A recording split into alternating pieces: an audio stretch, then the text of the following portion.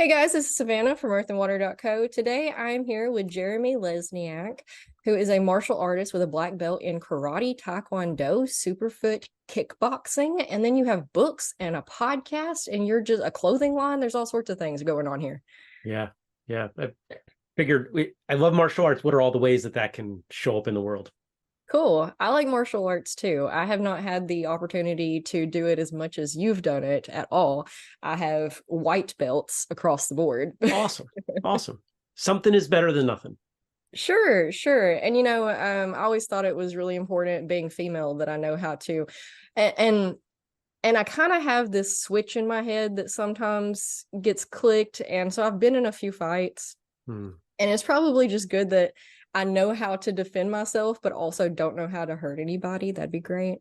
Yeah, yeah. I would say that that's the place that when we look at the modern landscape, this is actually a beautiful segue. So thank you. When we look at the modern landscape, we have all of these very violent tools, right? Firearms are probably the best example. And so you get all these people, why do you need to train martial arts? Well, because sometimes you don't want to kill people. Sometimes you just want to get away. Sometimes you just, somebody's being a drunk idiot. Yeah, and you don't always have those tools on you, which is Right. also probably a good thing at times. It's a tricky subject, but I like martial arts for the philosophy side of things as well. Me too. So even though it's a good way to, of course, stay in shape and learn how to take care of yourself in a self-defense type of way, but it comes with a whole lot of philosophy because they stem from these teachings that are what, thousands of years old. There are disagreements. But yeah, I mean, there's a at some point a long time ago, somebody figured out, hey, not only does working on this stuff help me better on the battlefield, but it helps me better in life. And if we go back to the writings of kind of the early 1900s, when martial arts as we most of us know it today really kind of started taking off, you look at the way most of those folks are writing about things, they're not talking primarily about the self-defense aspects. They're talking about how it makes them better people and how it makes their students better people. Yeah, it's something I really like about that whole dynamic is pretty well across the board from what I've noticed. And again, I am no expert by any means, Sure. but the higher level belts teach the lower level belts, so it gives you a sense of leadership as well, and it helps you understand your own art better when you're trying to explain it to somebody else on how to do it. Right. In most schools, once you reach some stage, and it depends on what the school is, you do spend some time helping other people learn. And sometimes people come into martial arts and they think that that's it's an abuse of authority. But anybody who's ever taught anything knows that the final stage in understanding something is teaching it to other people. And I have to tell you, in the time that I've spent teaching, I've learned far more than when I train under other people. When I train with somebody on anything, I've got, their way of doing it. But when I teach other people, I have to find the way that works for everyone. So I've got to, in a sense, get a different education from every single person I'm working with. Absolutely, yeah. Abusive authority, though, for sure, is across the board in all areas. In Anywhere all, there's hierarchy, you'll have somebody that gets in there that takes the power to heart. yeah, I had this one martial arts teacher who, because I've had four, I believe, Okay. and so I had this one. I had well, two of those, I'll say, two of those. Swore up and down that they were preparing you for the bullies in the world, Mm. and that was like the main thing that they led with is like, I'm preparing you for the bullies because the bullies are this and the bullies are that. And I sit there and watched them bully their students. They were the bullies. It really bums me out because that subject of bullying is something that this industry has really stood up and said, we can address this. But where we don't do a great job is addressing the bullies within our industry. It's something that we spend time talking about on my podcast, and we set up things that I think in time will reduce the number of bullies that we have to contend with. Well, sure. That's the world is just naturally heading in that direction anyway. It's we're becoming more compassionate and more understanding, and there's less and less bullies all the time because we're talking about it and we're Right. addressing it and we're saying, hey, this right here is not okay, and here are better ways of doing it. We have the internet, we have podcasts We and do. people who are explaining to us that, a lot of these people don't even realize that they are the bullies, and that's the issue. Right. It's, a lot of it's the way they were raised or anything, but there's a natural aspect to find where you fit in a social structure. Mm. And if that gets out of control, it becomes bullying. If we look back historically, and I'm 44. When I was coming through school, we were kind of on the tail end of this. But if someone was a bully, other kids would gang up on the bully, right? So the bully wasn't left with this carte blanche and school policies that kept kids afraid of sticking up for themselves or saying something. A lot of schools now, maybe even most schools, that we're starting to veer from where I'm super comfortable in terms of statistics, but a large portion of schools will say, if someone attacks you and you defend yourself, you are also out of school. Mm-hmm. You are expelled for protecting yourself. And that's just the most ridiculous thing I think we could ever come up with. And so it's, martial arts has a lot of solutions for these interesting challenges. Yeah. I put my son, actually both of my children were in Taekwondo for a little while. Oh, that's great. Yeah, yeah. They would still be in it if I could find another location in our area. Mm-hmm. Unfortunately, there's only one location in a 25-mile radius of where we live. So I'd have to drive at least 30, 45 minutes to get to another one, which I hope to be able to do at some point. But right now, anyway, we started out, we put my son in it because he's ADHD, which a lot of people aren't familiar with the fact that they think that ADHD is just like, ooh, squirrel brain. And it can be, but there's a lot of aspects to it. And one of those aspects is trouble with emotional regulation. So we have really high highs and we have really low lows. Mm. And I was hoping that martial arts could kind of balance them out a little bit. Unfortunately, we landed with a bully instructor, so it made things 1,000 times worse. And so we're not doing that anymore. But I still feel like martial arts in itself is a really great tool if you can find a good instructor. Yeah, and you really you hit on one of the first things that I like to talk to people about, in that assuming it's taught by a good person who has some understanding of what they're doing, it can be such a powerfully transformative thing for children, right? If we think about it, I mean, most of us recognize that if kids were not in school, if they were not formalized in school, they would not be sitting in chairs all day. Most of us understand that's not where kids naturally go. They need some movement. They need to run around. They need to do these things. Well, I'm not advocating against anything in the school system, and I'm certainly, even if I wanted to, not going to be able to change it myself, not overnight anyway. But martial arts becomes this kind of cool complement.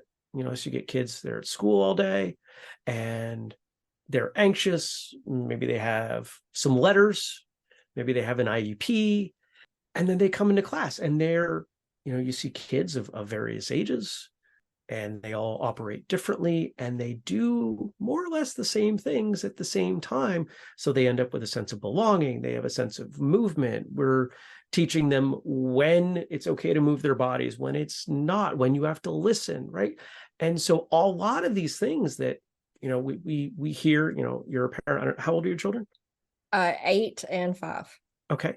So they're at a prime development period where they're starting to understand consequences and boundaries. Mm-hmm. And that's a place that a lot of schools' boundaries have become really soft. And I believe people, this the way your eyes bugged out. Yeah. Okay. So you're in agreement with me.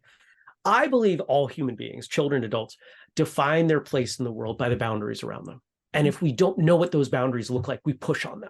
We push until someone draws them. And I have seen martial arts instructors do things, I'm not even going to say what they are, but definitely push boundaries on their role because they knew it was best for their kid.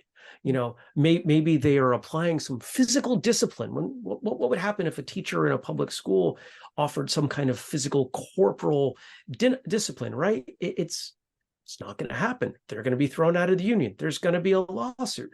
But I've watched the parents of these children that need something a little extra in 100% of the cases thank these instructors and say, you're getting through to this kid in a way that nobody else can. Yeah, you really have to approach. I have a lot of problems with the school system for sure, but you really have to approach each kid on an individual level, and Exactly. just thinking that you can treat every single one of them across the board is what the school system does for one, and but it's also what I've seen a lot of instructors do as well. They just across the board, and then so what works with one kid doesn't necessarily work with another kid, so you have to be a little malleable in how you teach, for sure.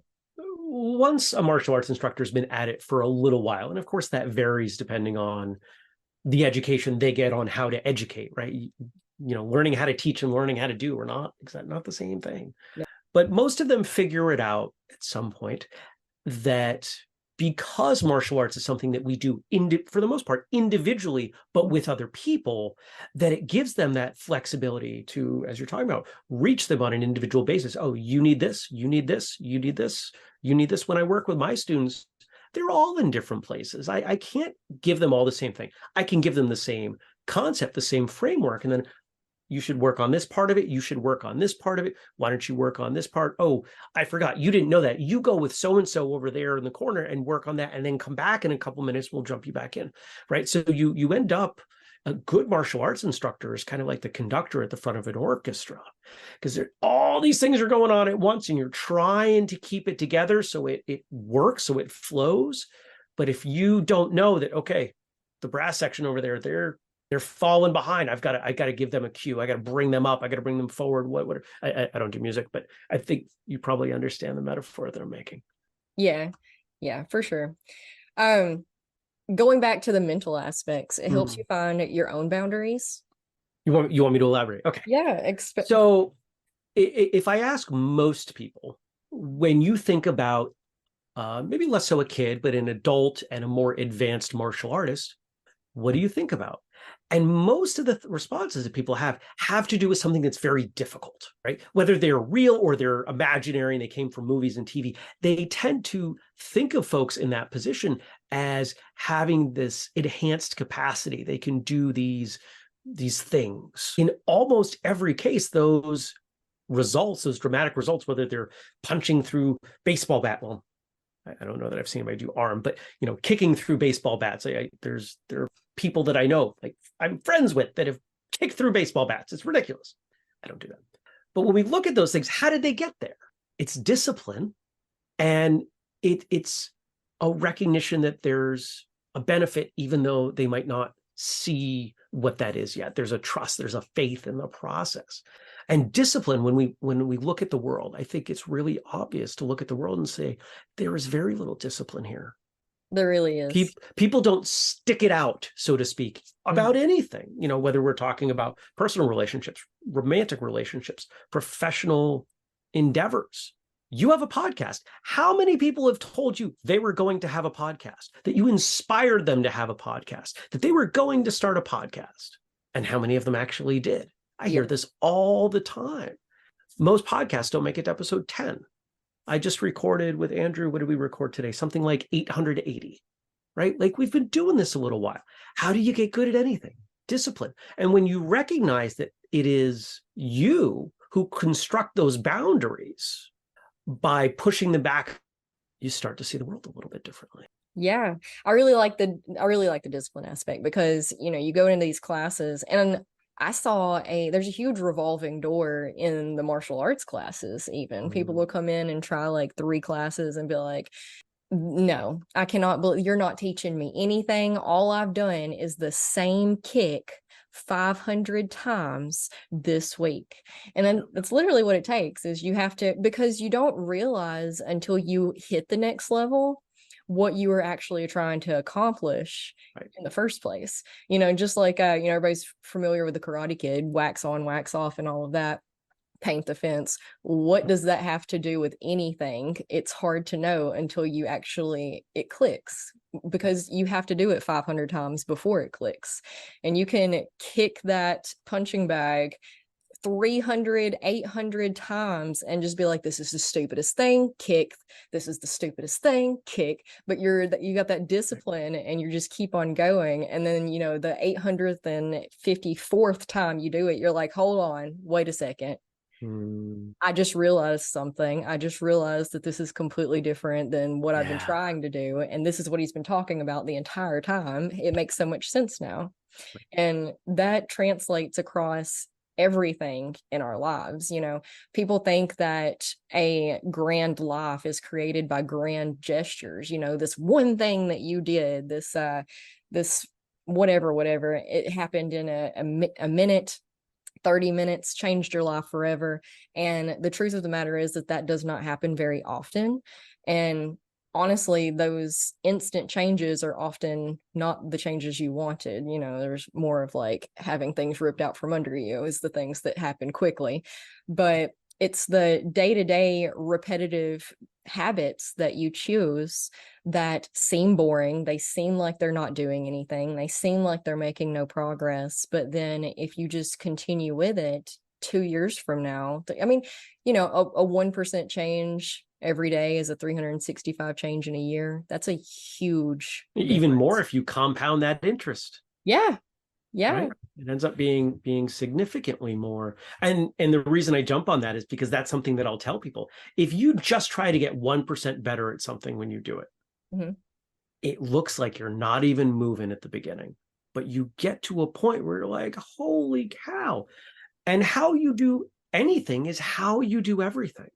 So if we don't have, you know, a good ability to practice discipline at work or at school, or maybe in certain familial relationships, I can go practice that in my training.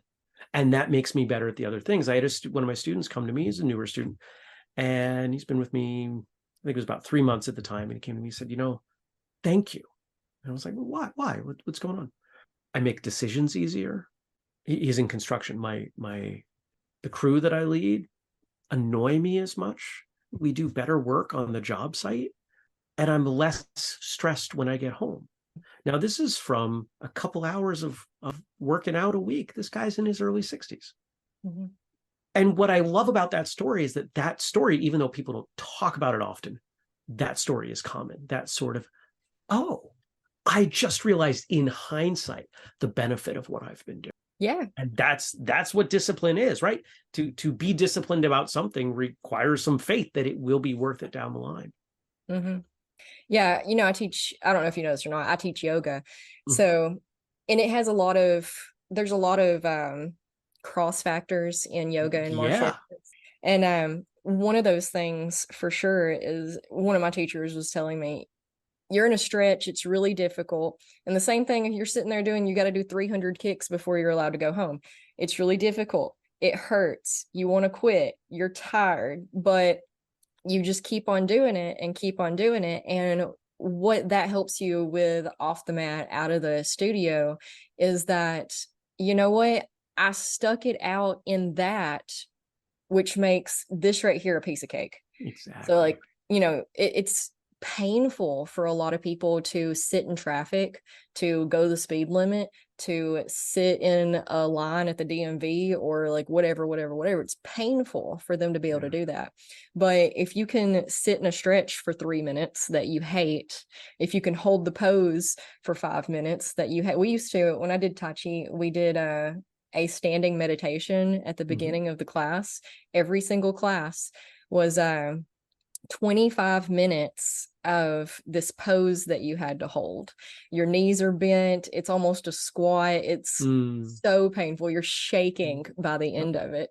And if you can stick it out and stuff like that, then you get over into the line that you're waiting at the pharmacy, and you're like, you know what? At least I'm not over there. At least I'm not doing that. At least I'm not sweating. And if you look at a lot of older cultures, they have those elements, those transitions into adulthood, and I believe that's why because you go through this challenging thing, and maybe it's not physically challenging, maybe it's mentally challenging, maybe it's emotionally challenging.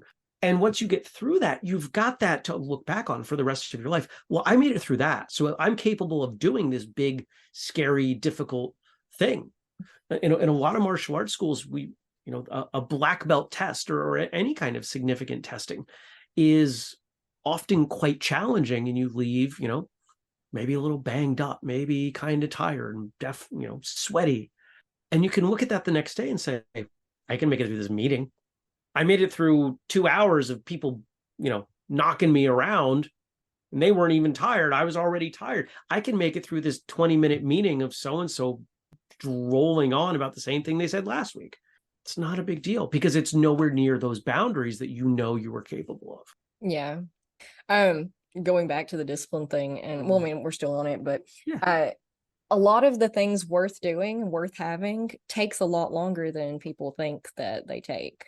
There's people generally will, and this isn't my statement, but people will generally overestimate what they can do in a year and underestimate what they can do in 5, 10, 20. And I think it's because we've been fed a lot of these overnight, quote, overnight success stories from the world of business. If you ask people, how long did it take, let's say, Mark Zuckerberg to become rich off of Facebook, they don't realize how long he was going before it was anywhere close to profitable. And you can say the same thing about Amazon or Instagram or YouTube. There are all these stories. And the point is not to say that these people are beyond reproach, or that there aren't things that we should, maybe we take partial lessons from some of them. But the point is that we forget that the majority of the time, the energy, the discipline that went into whatever any success is usually behind the surface. You don't see it till it's built enough of a foundation. People often use the symbol of an iceberg, right? Because what is it, like 2/3, 3/4 of an iceberg is below the water. You don't see it.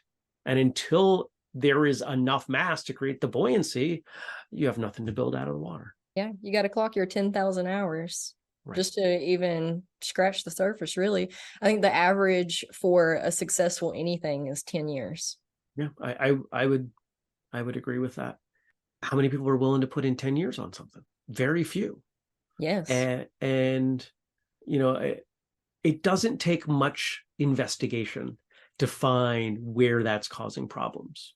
It wasn't that long ago that I don't think the world needed these personal development aspects of martial arts as much as we need them today.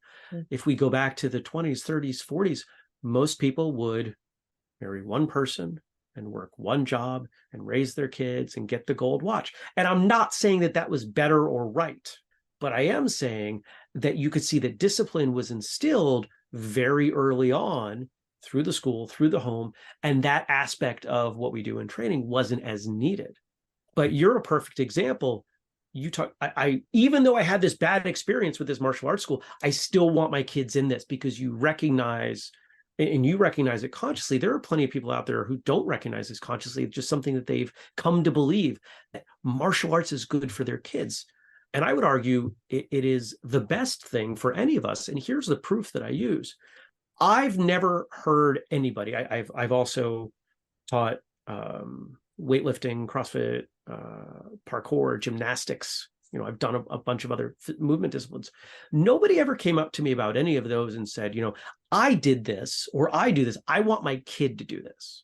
Nobody ever came up to me and said, I did 6 months of soccer when I was a kid, and it's really important to me that my child does soccer because I took a lot of lessons from that. But people say that to me all the time about martial arts. There's something about it. There's something about even just a little bit of training that carries lifelong benefits that people don't find in other places. And it's why I'm so passionate about it professionally. I have this huge goal. I want everybody in the world to train for 6 months, because I think that within a generation would solve most of our problems. I agree. It really, it teaches us not only the discipline and learning your own boundaries and getting in tune with yourself and finding more patience and other things. But it also, I think, humans have this innate, I don't want to say aggression really, but a lot of us find fighting fun.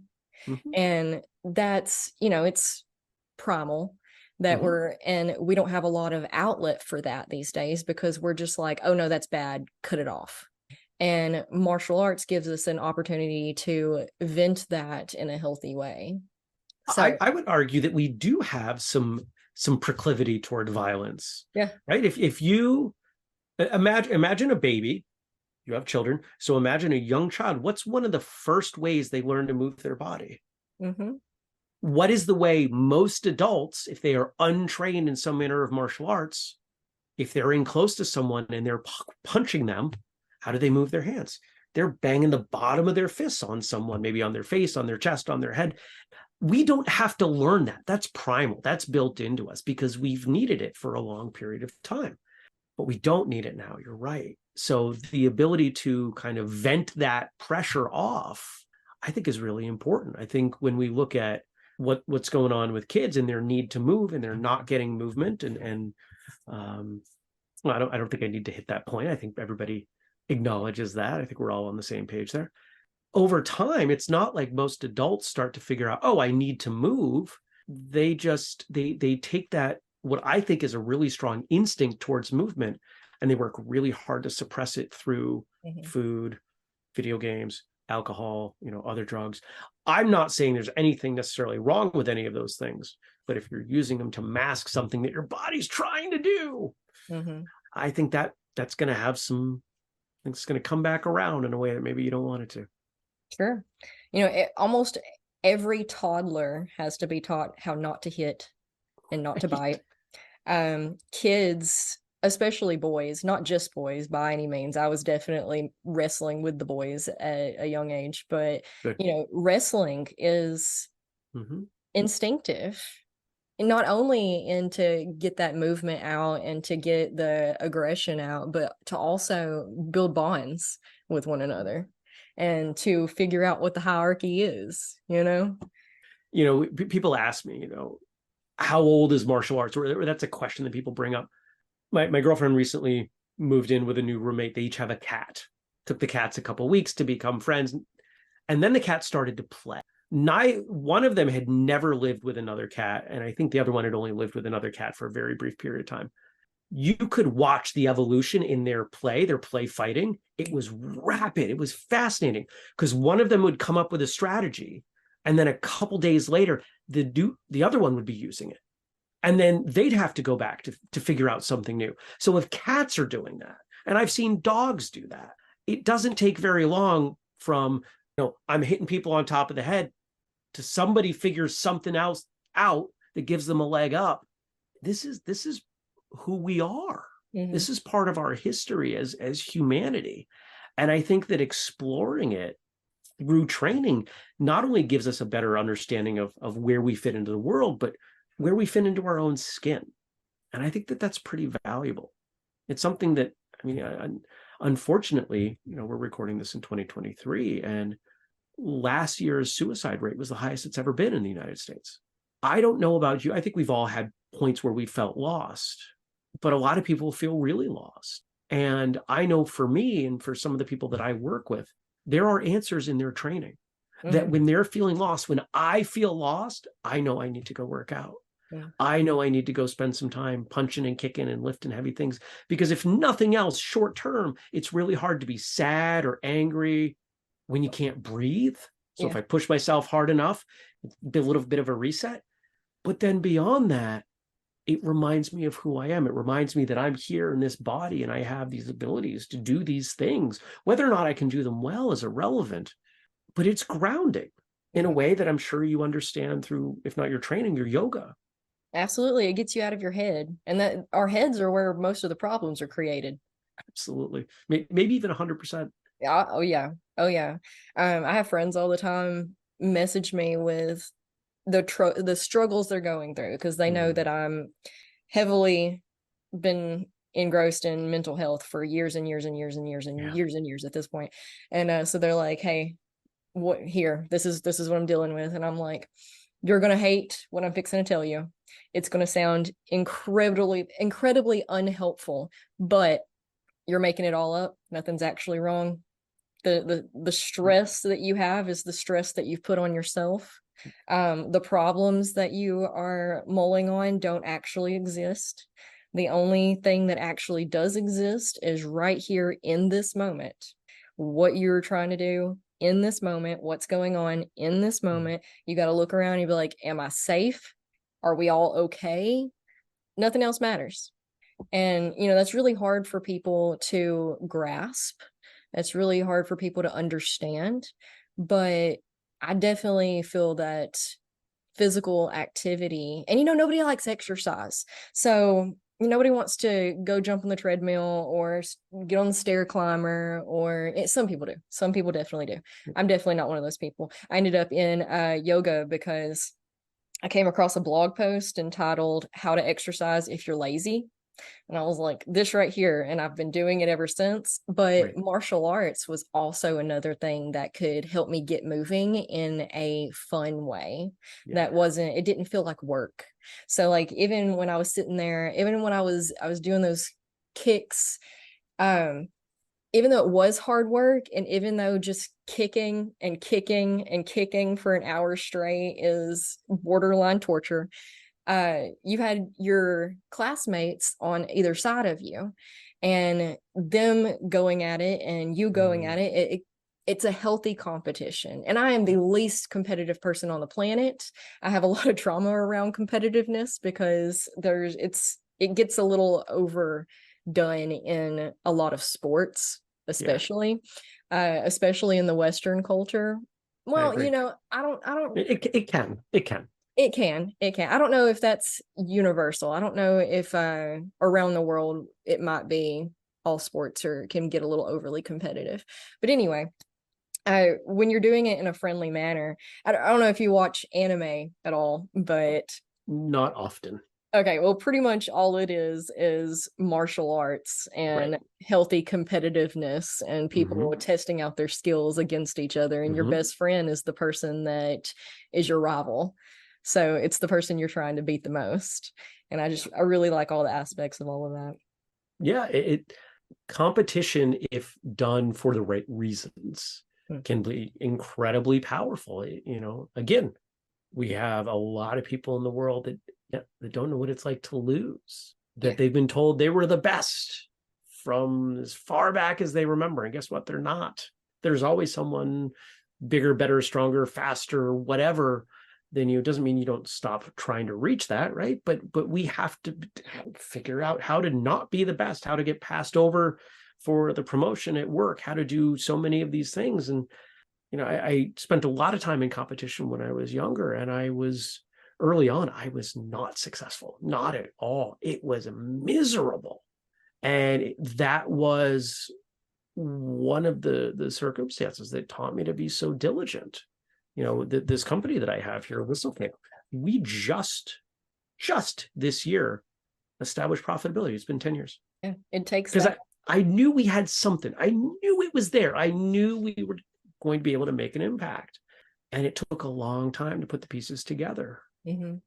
I feel that. I understand that 1,000%. It's like you get to a point and you're like, I know all of the pieces are here. I just have to figure out how to put the puzzle together. I do a lot of puzzles and it relates directly. You have all of these pieces, but the problem is they don't come neatly in a box. You have to find them. And then some of them go to different puzzles, but they look like they go to this one. What a And great then metaphor for life. Yeah. Yeah. And how many people don't finish puzzles? I'm not a fan of puzzles, but if I take out a puzzle, I will finish it. I don't care how many weeks it takes, because I finish the things that I start, because I have discipline, because of my time in martial arts. This is how I was brought up.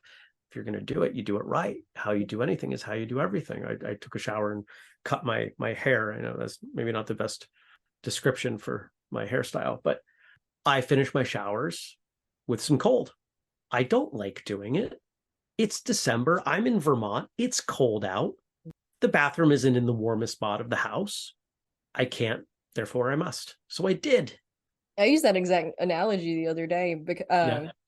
I hate to cook. I cannot stand to Mm, cook. It is obnoxious. 3 times a day is just ridiculous, like, oh, the amount of attention. And then, it doesn't come easily to me. Some Mm. people, my husband can get in the kitchen with not a single clue what he's going to make and come out with whatever's in there with like a 5-course gourmet meal. I've never had anything that was bad. Me, it's the opposite. I have had to work and work and work really hard just to be able to feed myself at all on a daily basis. So the analogy I used was, some people torture themselves in a cold shower for the benefit's sake. Some of us torture ourselves by making ourselves get in the kitchen and cooking something for the benefit's sake. You got to focus on the benefits of what you want and decide what that is. And there's probably going to be a certain amount of torture involved in that. That's just how it works. You got to work for it. Everybody wants shortcuts, and there aren't shortcuts. There might Yeah. be some efficiencies. If I'm trying to get from here to upstate New York, if it's New England, I can't go directly west from where I am. There's a big lake. I can go north and I can get there, and I can be there in a little over an hour. I could also go down through Connecticut. Why would I do that? If the goal is to just do this, you find the efficient route. But a lot of people spend a lot of time hunting for efficiencies where they don't exist, that, putting in the 10,000 hours, the discipline, the repetitions, whatever you want to call it. This is what we have to do. And this is one of the things that I think martial arts does really well, because you start to correlate, oh, I'm better at this thing now. How did I get better at that? Well, last week we spent all class doing this, and that. I got better from doing that. I didn't enjoy it in the moment, but it made me better, and I enjoy being better. And now I can go work on this other thing that I'm not very good at right now. And that will probably also be a difficult process. And eventually the light bulb goes on for people. There's a huge overlap in the martial arts world with people who have their own businesses. Mm-hmm. I don't have the data. I've not found anyone who's done that study. But when I look around at the people that I know, people who've been in martial arts a long time tend to be self-employed, and they tend to be successful. If they do work in a corporate environment, they tend to be higher up on the chain. There's a lot there, and it's from working those muscles. Yeah. I tell my son all the time, he'll spend 30 minutes trying to find a shortcut to something that would have taken him 10 minutes if he would have just done it. And that's what most people, I think, fall into. They spend 10 years trying to look for shortcuts and easy ways to do this or that, getting healthy, having a good, I hate the word diet, because diets don't work, lifestyle changes do. And that's exactly what I'm talking about right here. They'll try 18 different diets for 3 months at a time instead of just start working on your habits, dude. Right. You have to label it. Because what they're trying to do is they want a temporary effort for a permanent solution. Mm-hmm. And that very rarely exists in life. Mm-hmm. There are, I think martial arts might be one of them, right? My statement, you put in 6 months, it's going to give you lifelong benefits. That seems to kind of break the pattern, but there's no meal I can make that saves me from having to eat again. I can't get clean enough in the shower that I never have to shower again. It's always going to be necessary. Mm-hmm. And people look for those shortcuts. Now, that's not to say that spending 30 minutes finding the shortcut for the thing that takes 10 minutes isn't worthwhile. If you've got to do it over and over and over again, and that shortcut now saves you time, that's worthwhile. Mm-hmm. Oddly enough, people don't do those kind. Mm-hmm. They want the one and done. Mm-hmm. There's a story. I wish that I knew. I heard it like 10, 12 years ago, before I was conscious enough to be paying attention to who was saying what. I was just like, oh, that's a cool story, and moved on with my life. But there's a story that I heard about this martial arts expert who was invited to come study with some monks who, that's all they do day in and day out is this type of martial arts. And he was so excited, and he got there and he was like, what are you going to teach me? And the monk told him that he was going to teach him how to throw a punch. And the dude was so upset. Do you know who I am? Like he had been on, whatever. He was a big name which is how he got invited in the first place. He was like, I know how to throw a punch. I want the secrets. Tell me the good stuff. And so this monk there was a candle, and he threw a punch at the candle, stopped a few, like a foot out or something, and the candle went out. And he was like, can you throw a punch that efficient? And the guy was like, well, no. So what he taught him was how to throw a punch. And the moral of the story is that there are no secrets to success. There are nobody's holding out on you. The secret is discipline and consistency. That's it. And then when you think you know how to do it, go talk to everybody else who knows how to do it. And I bet you'll find a deeper level of the basics, but it's always just the basics. There's something that happens in the business world, in the startup world, and spent some time in that world, that I think is really interesting. And a lot of people, if you've not been in this space, you might find this surprising. When people start pitching their idea, when they're trying to raise money, they're very secretive. They're very quiet. They want everyone to sign these non-disclosure agreements.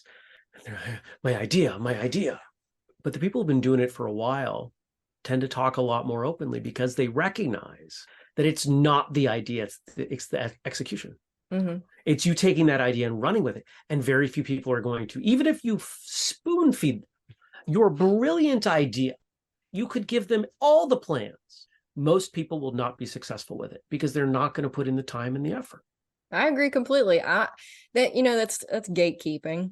And we're trying to, there's been a big wave lately, especially with the internet and its prominence, of people breaking down all of these gate-kept secrets to the industries. Like, for example, the music industry has always been notoriously incredibly gate-kept.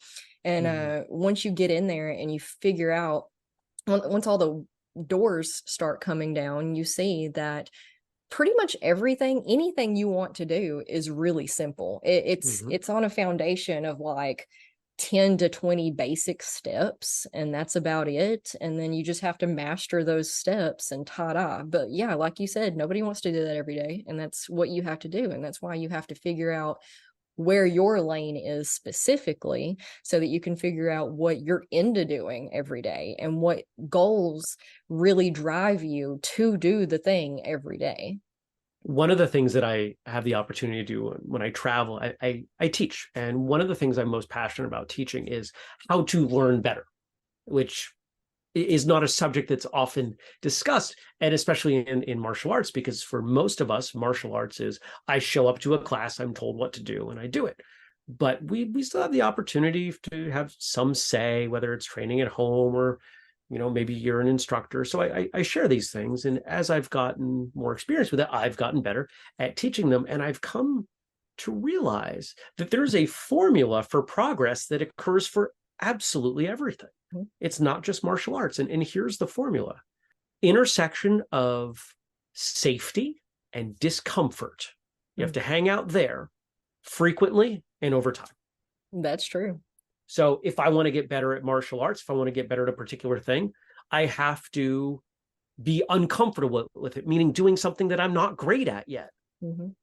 But I have to be safe while I do it. Because if someone's asking me, practice this move while I'm getting punched in the head for real, I'm not going to be able to focus enough energy to progress. I'm going to protect myself.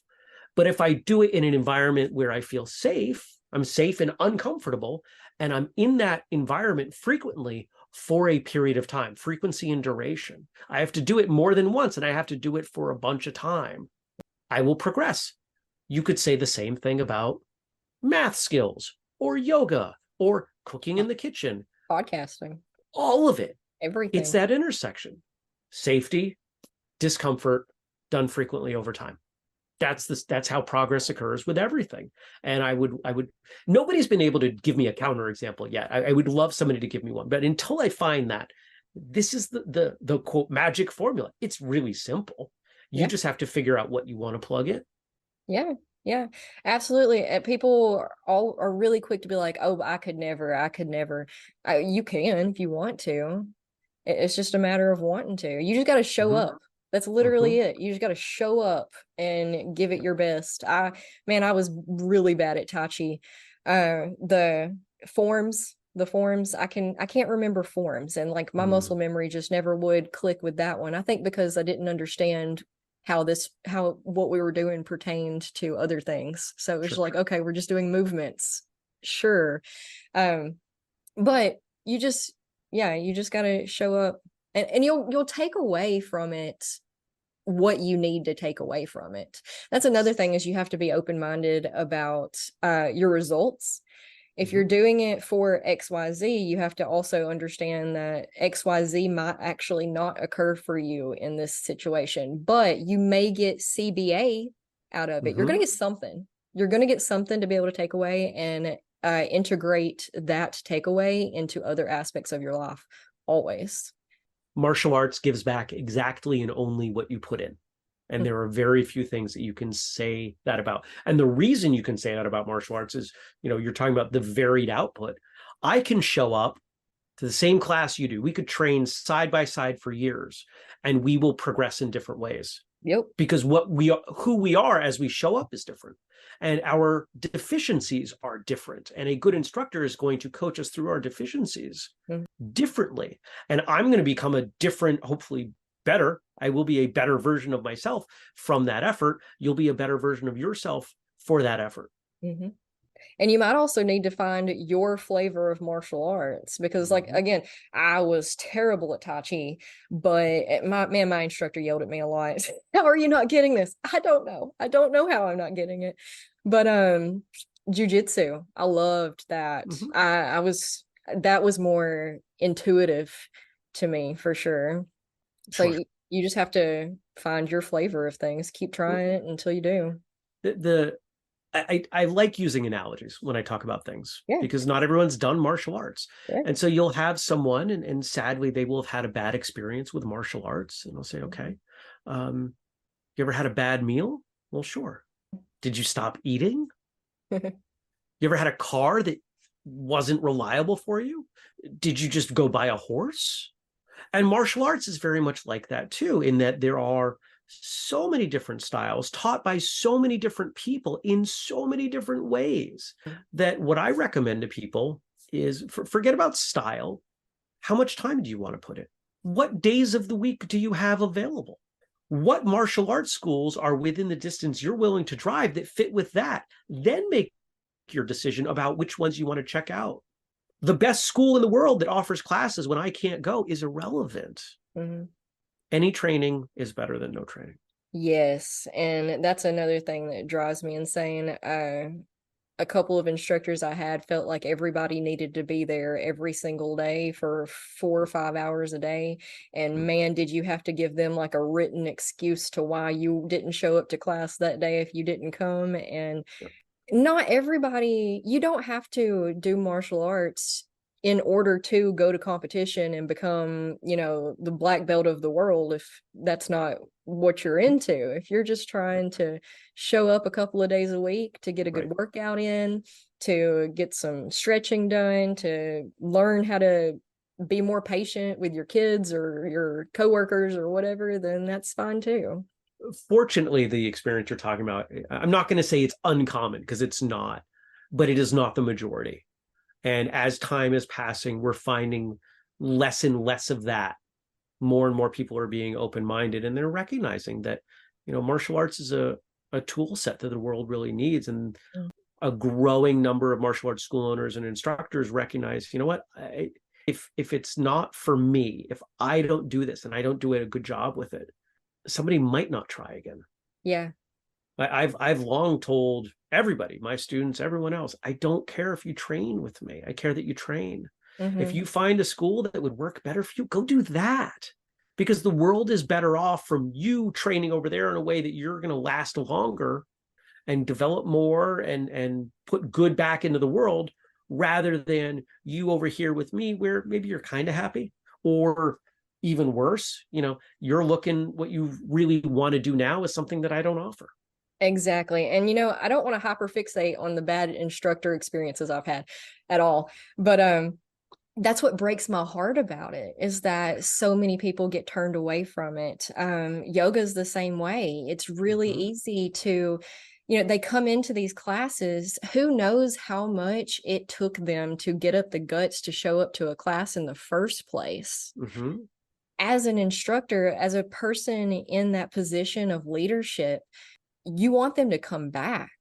You want to teach them the benefits and teach them that where they're at is perfectly okay, and the progression that they're making is perfectly okay, and not to compare themselves to the student next to them who you don't know. Everybody's built differently. Everybody has different situations and circumstances that they're working with, different life things getting thrown at them. You don't know.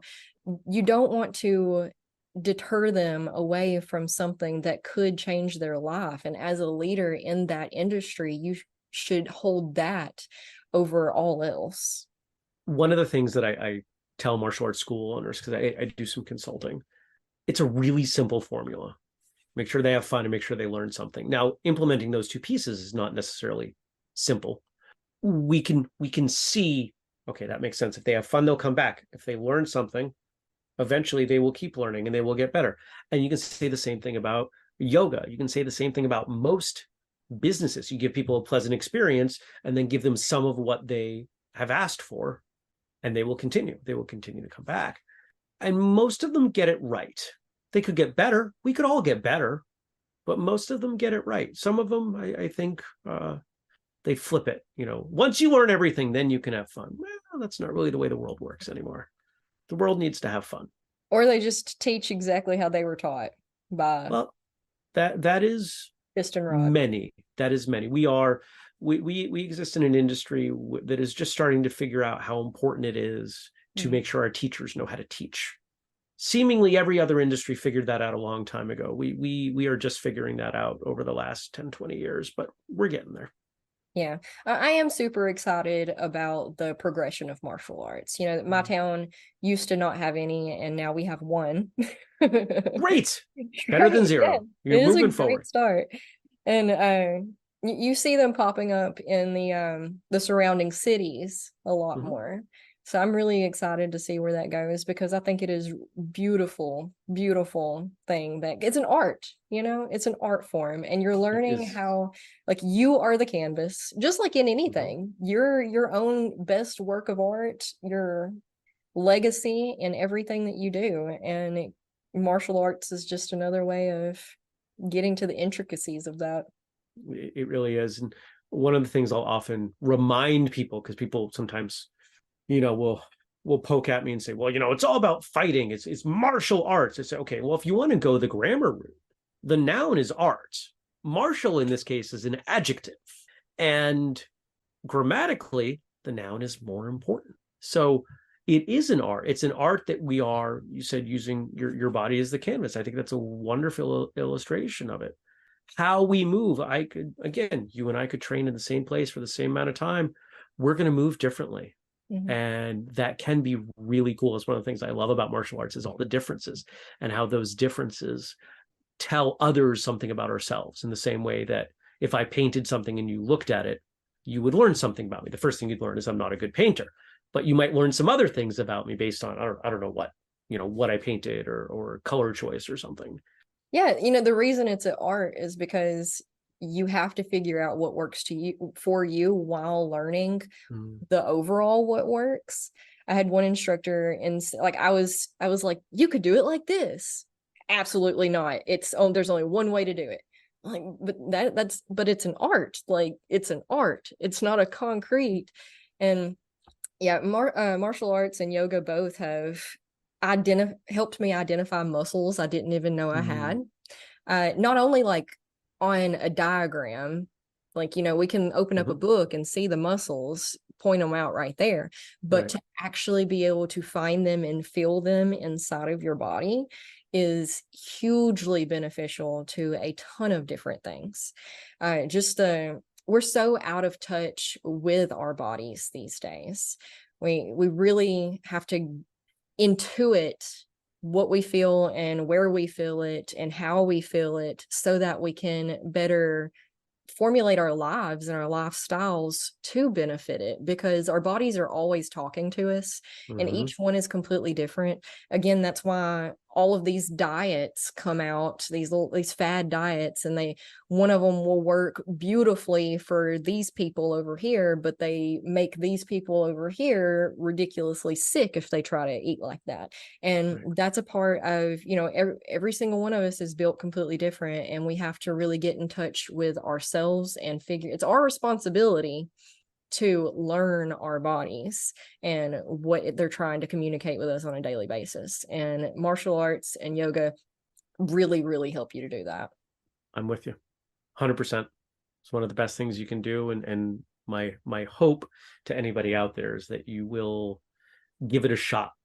You've already given it a shot, give it another shot. Try it somewhere else.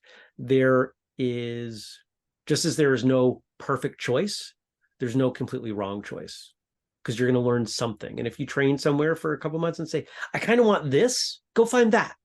And then after a few years, if you want something different, go. I would rather see people training for the love of training and taking those benefits. Whatever color might sit around your waist is secondary.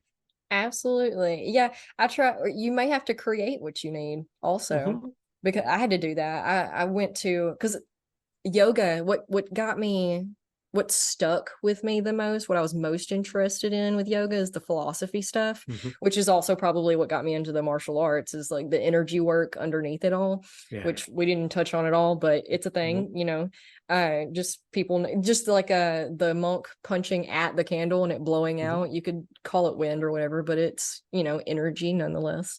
But the philosophy stuff, and yoga is really largely taught as an exercise only, and not so much the philosophy stuff. So I had to not only try out 18 different teachers, but then go to school myself to become it. But if you're interested enough and you want to enough, then that's easy. It's not easy, but it's not so much a chore if you enjoy it. So yeah, absolutely, don't give up. If it's not what you expected it to be, go try somebody else, go try a different style out, and just keep bouncing around. And then once you've tried out all the avenues, bring it all together and see what you've figured out. Completely agree. All right, well, this has been really fun. It was a really quick hour. Thanks for having me on. Appreciate it. Please tell it was an hour. It was, yeah. Tell everybody how they can find you. How many books do you have? I don't know. That's a lot. I don't know. I stopped counting. There are a handful that I'm really proud of that we did. Did one called 12 Months to Health. It's all about applying discipline and habit to simple, and most of them are even free things that you can do. Here's the first one. Here's the first month, and this is how important discipline is. Drink a big glass of water when you get up every day. And you would be surprised at how many people have written to me and said, I thought that this was crap. I thought you were exaggerating. It took about a month, but it changed my life. Yeah, glass of water. And so it's 11 more things like that. People are like, it can't be that simple, but it really is. Yeah, it's got to be simple, right?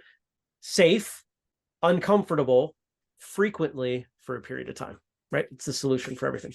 I wrote a book called The Martial Artist Handbook. I've got a novel called Faith that's about a semi-post-apocalyptic environment where there are no guns, and the protagonist has to use martial arts. So there's like choreography throughout, because I want to turn it into a movie. But the best place to find what we do, it's whistlekick.com. And we have a podcast, and we have an apparel line, and we host events, and we sell protective equipment and home training programs. We do a whole bunch of really cool things. And I'm really blessed to lead an amazing team who keep turning out great things. The reason I don't know how many books we've done is because I have a team, and we collaborate on a lot of these. And so I'm involved in many of them, but I don't know, 15, 20, something like that. Yeah, it's a lot of books out there. For sure. Yeah. I was trying to look on, I was like, is his name as the author on all of these? And yeah. Yeah. You have really cool dragon hoodies. Those are awesome.